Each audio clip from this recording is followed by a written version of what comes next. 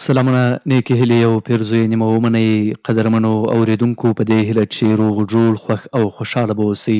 د هوسۍ د ناول د لومړۍ برخې اورېدلو ته مو زه محمد زبیر لالهان هرکلی کومه په دې هیله چې د همدې ناول نورې برخې به هم راسره واورئ.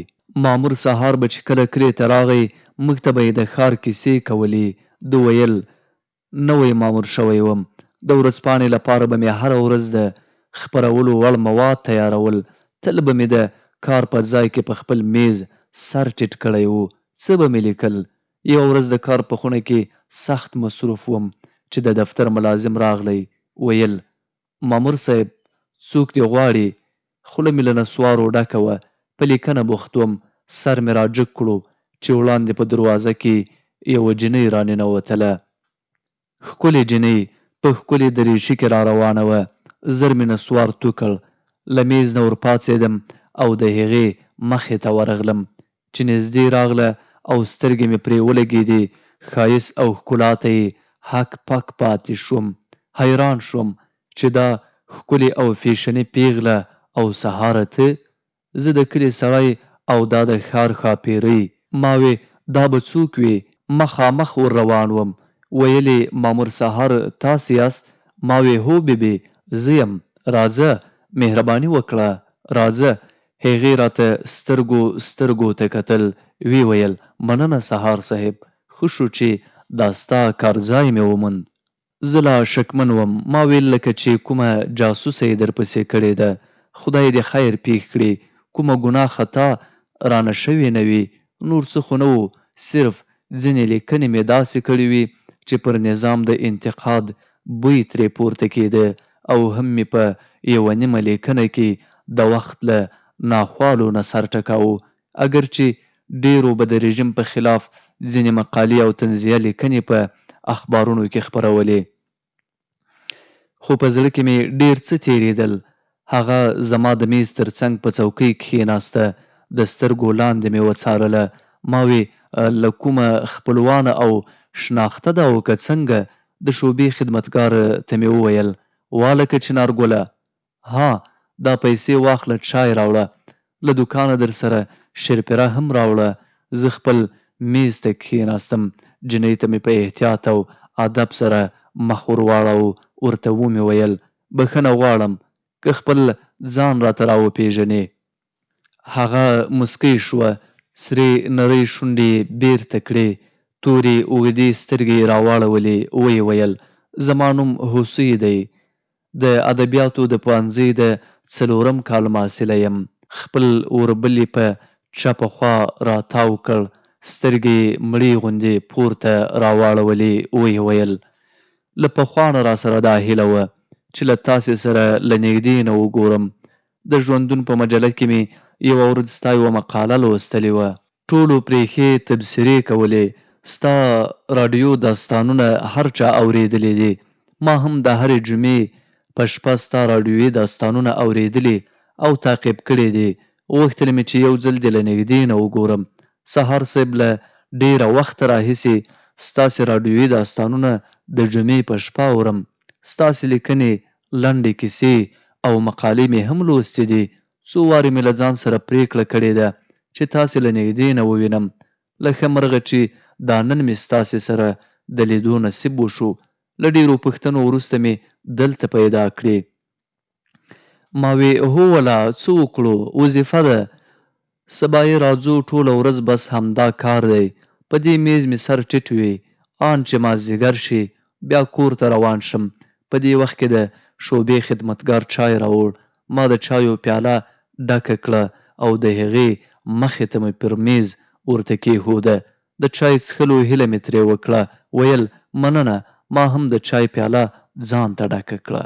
په زړه کې مې دا لږه شیبه کې ډېر څه تېر شول. حیران خو په دې وم چې دا ښکلې جینۍ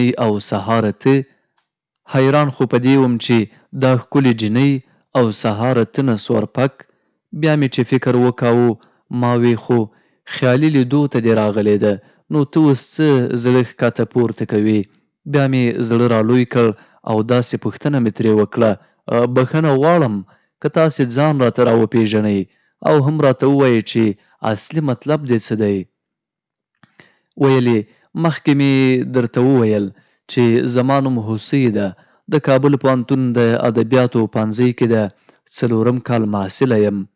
نور مې ترې د پوښتنې جرأت نه درلود، خو هغې وویل کور مې په وزیر اکبر خان کې دی، اصلا د جنوبي یو. زموږ ټولو کورنۍ د جمعې په شپه خامخا ستاسې راډیويي داستانونه اوري.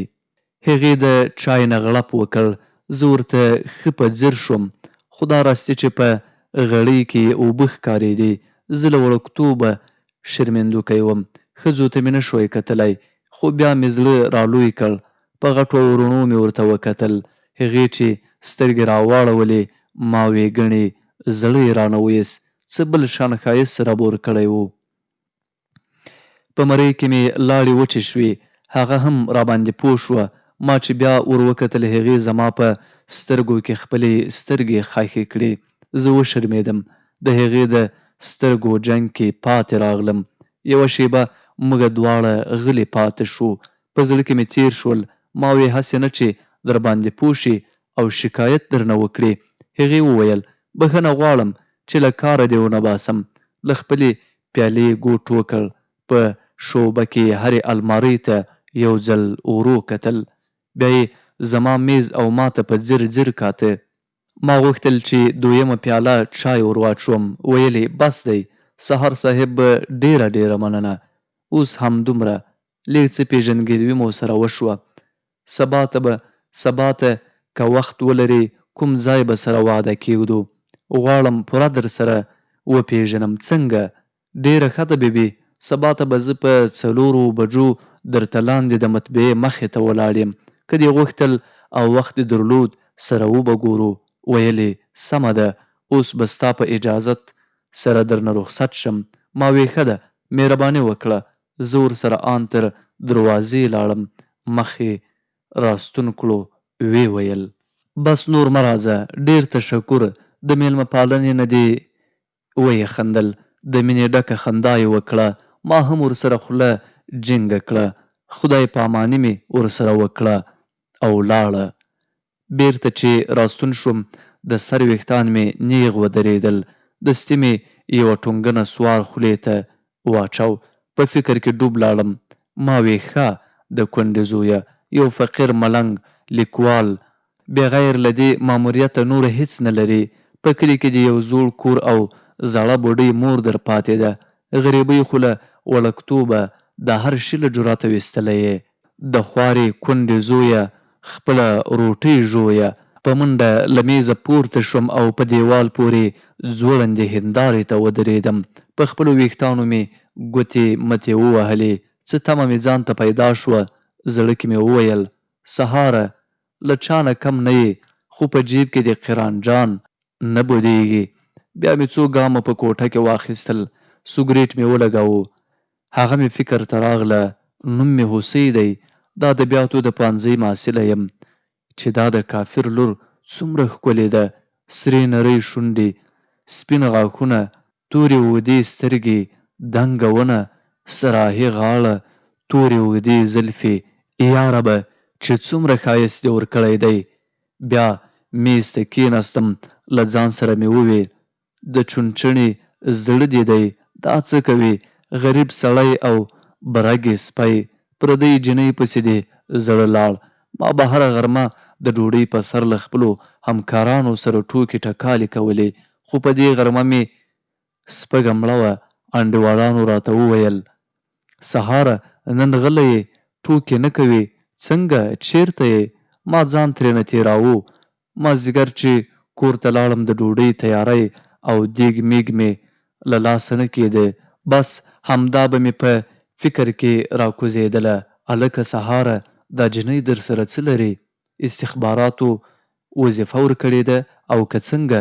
نه کېدای شي خوار شي مینه در سره ولري. مینه نه بابا، زما غریبي او له هغې سره مینه. په دې شپه خوب نه راتله. سهار خپلې دندې ته لاړم.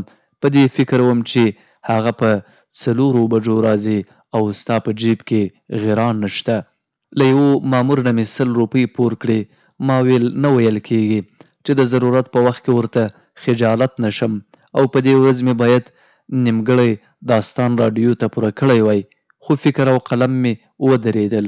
نور راکې د لیکلو توان نه و. په همدې ورځ په دا څو شېبو کې به زړه ته ډېر څه راغلل. کله به مې فکر ته راغله چې کېدای شي دا جینۍ د کوم بل مطلب لپاره چا موظفه کړې وي.